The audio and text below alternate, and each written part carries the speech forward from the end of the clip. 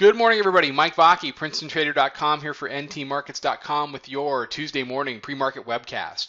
Okay, 15-minute chart of the ES, and what did we see in this morning? We saw matching lows yesterday in the 34 area. We really saw the daily pivot, which is the purple line here, not even get challenged in the overnight. And I was looking for a challenge of the highs from yesterday afternoon up at 46, but 44 proved to be a bridge too far, and we dropped down and we made new lows down at 33.25.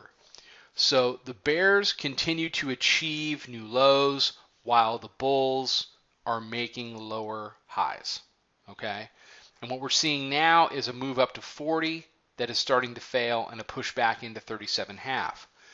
This confirms what my main apprehension was yesterday about the bull case, which is the middle band has been absolutely sealed as resistance. That's the green line way up there, and there's 25 handles that separates the bulls and a price that they need to close above in order to reverse this action.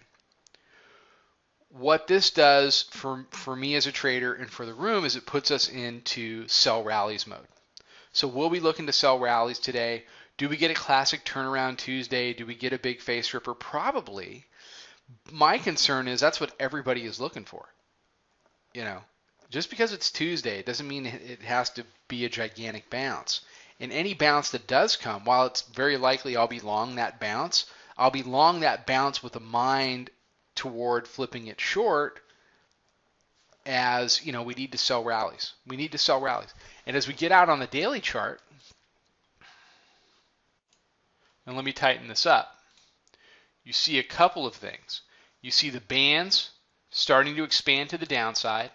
You see a double fib area and the lower band. So the risk is for the day is, do we reach down with price and touch that lower band? Do we touch the lower band? And if we do, then what we should see for the rest of the week are AM highs that die. That's what a lower band is. Just like an upper band ride are morning dips that get bought and run up to the middle band. Lower band rides are AM highs that die. So I'm going to be looking for very similar to what we saw yesterday. Maybe a little downdraft off the open, and then we're going to go ahead and make a run at 40 and 44, and we're going to have to see where the sellers step in, and if the sellers do step in, do they push it down and make new lows? They would be aiming for the 27 to 28.5 area in order to interact with that lower band. And if you get a weak bounce off the lower band, then your thinking really has to be lower band ride. So that is essentially what I'm looking for today. On the bullish side, if you break over 46, you can run it back up into the 50s.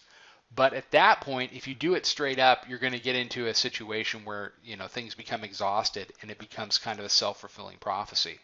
The best thing that the bulls could do for themselves today is to hold 33.25 as a low. Hold 33.25 as a low, and you can that's something that they can build on going into the rest of the week. So they're in a pretty weakened state. We'll have to see what they're able to come up with as the day progresses. Okay, have a fantastic trading day. Follow us on Twitter at Princeton Trader. Check out the website. Come sign up for a trial of the chat room. I would love to meet you and help you out with your trading. I will be out after the close with an evening recap and tomorrow morning with another market webcast. Trade them well, everybody.